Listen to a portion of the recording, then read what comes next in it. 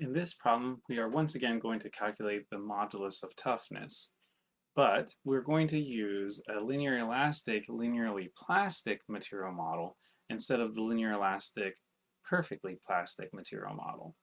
We're going to have a strain hardening slope that will describe what happens in the plastic regime. Let's go ahead and start drawing the stress strain curve. We see that we have stress versus strain, sigma and epsilon here. We have an elastic region described by the elastic modulus and a slope here that goes up to the yield strength of the material. From there, we then don't go horizontal like we would with the perfectly plastic model, but we have a slope that we'll call S. And in this problem, it's less than the elastic modulus, which is what we would expect. This goes up to a final stress value and to a final fracture strain given by epsilon f. Now, the modulus of toughness is going to be given by U of t and represents the area under the entire curve. So the area under the elastic region and the area under the elastic, the plastic portion as well. So let's focus on the area under the elastic portion first. We call this U sub r, or the modulus of resilience. And when we calculate this out, we need to think about what is the area in this elastic region, and it's the area under a triangle, and we have essentially the yield strength describing the height, and we have the yield strain describing the width of this triangle. So we can use this information to figure out what the modulus of resilience would be. The epsilon y, the yield strain, is described as Sy over E using Hooke's law, as we've seen previously. And we can multiply those two against each other and divide by 2 to be able to get the modulus of resilience. For the plastic region, we have the opportunity to take the area under this portion here, and that is going to be essentially looking like a trapezoid here. So what do we mean? We have well, let's rotate this region, okay? And then so this would be the top of the trapezoid. This is the base of the trapezoid. And when we do that, okay, what we see is that we have a base width, all right, maybe a little bit hard to see, but we have a base width of the fracture strength, as we see there. It's going from here to here, essentially, right? And that's that's SF. And then we also have the top of the trapezoid with a width of Sy. Again, it may be a little bit disconcerting. You're like, wait, isn't epsilon y? No, it's the yield strength here. And the height of this trapezoid, again, rotating, is going to be epsilon f minus epsilon y that you have here. So we can figure out what the area in a trapezoid is by taking the average of the base and the average of the top, so that's 1/2 Sy plus SF right here, times the height that we have here. And then to calculate the overall modulus of toughness, we just add this calculated modulus of resilience and the area under the plastic regime that we have here. So the final result algebraically looks like this, but there is one other thing that we haven't really described, and that is the value, the fracture strength that you have at break. And so to do that, we can use one more equation, and we have this height is going to be equal to the yield strength plus the slope in the strain hardening region, or the plastic region, of S times the distance here that we have, the run. That's going to be epsilon f minus epsilon y. Okay, so now we have all the equations to be able to solve this problem. So let's do what we normally do. and do some numeric calculations.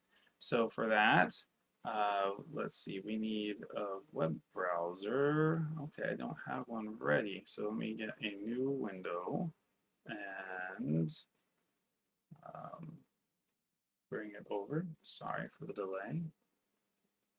Okay, and so we'll have Google here. I'm going to also need to get, let me see if I have it or not. I'm also going to need to get Colab up. Let me pull that up right now. Give me a second. Sorry for the delay. And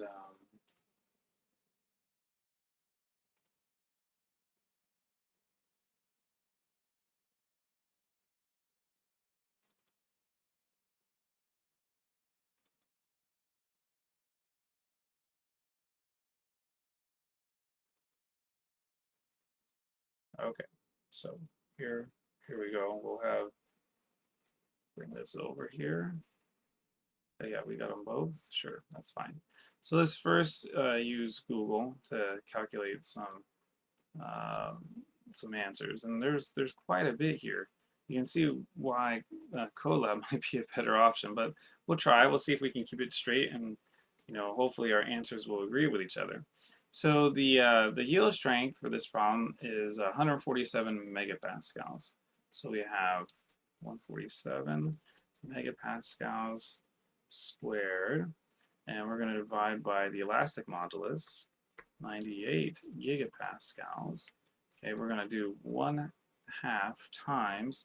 Now we have our SY, that's the yield strength, which was 147. Yep, megapascals, good. So 147 megapascals.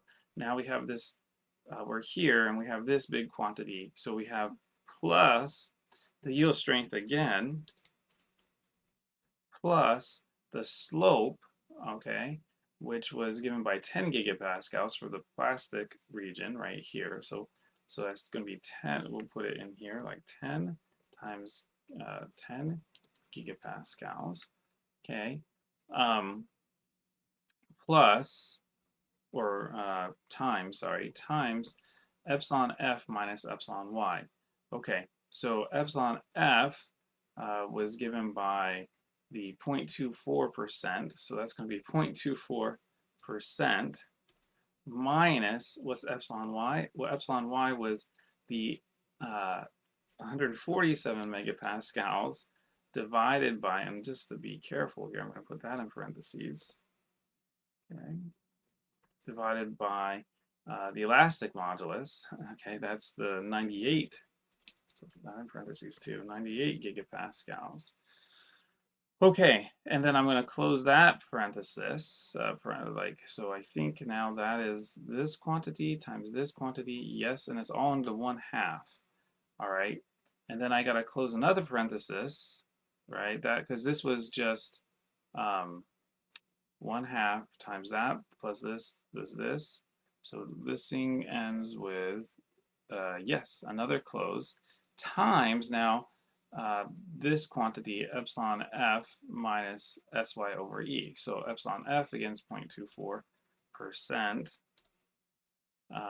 minus the yield strength, 147 megapascals, okay, divided by the elastic modulus, 98 gigapascals, okay. And I think, did we do this right? No, because we had to have, it was going to be times 0.2, yeah, there's a parentheses missing right here. Okay. Whoa, okay, I don't know if this is going to work. That's a lot of stuff, all right? But that seems to make sense, all right? I think it's going to be 246, 200, yeah, about 247 kilopascals, all right? So now let's go ahead and do in Colab and show that it's actually a little bit easier to keep track of all these parameters with an appropriate script. And we should probably, just to see this, before we even do that Colab, if we pull up this old CodeLab, like, why are we doing this?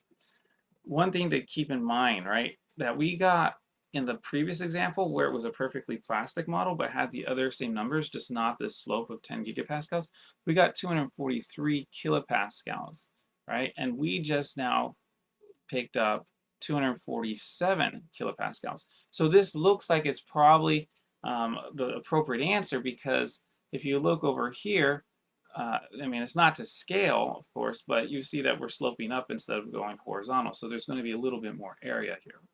Okay, let's go ahead and try to put in everything that we need to put in Google Colab to keep track of all these parameters.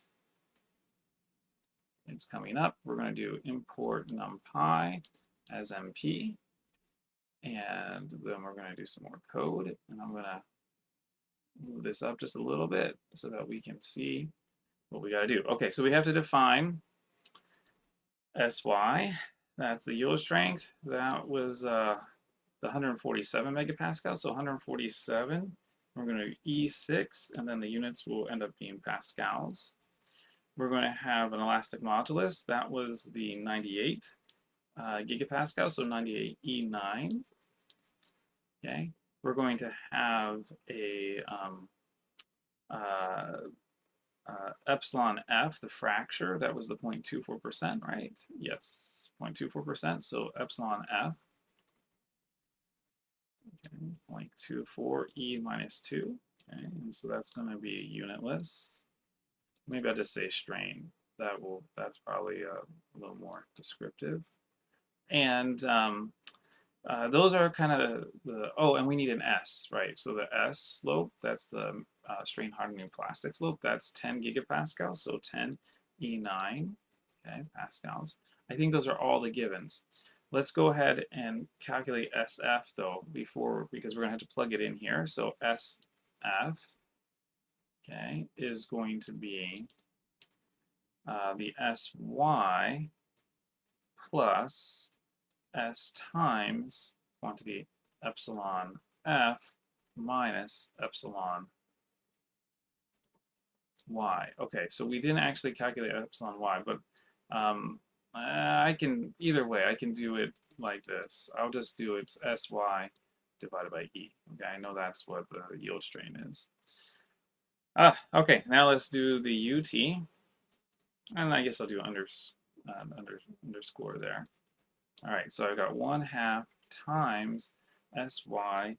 Remember, that's asterisk asterisk for the square divided by E plus 1/2 times quantity SY plus, I've defined SF, times epsilon F minus, oh, it even knows what I want, SY over E.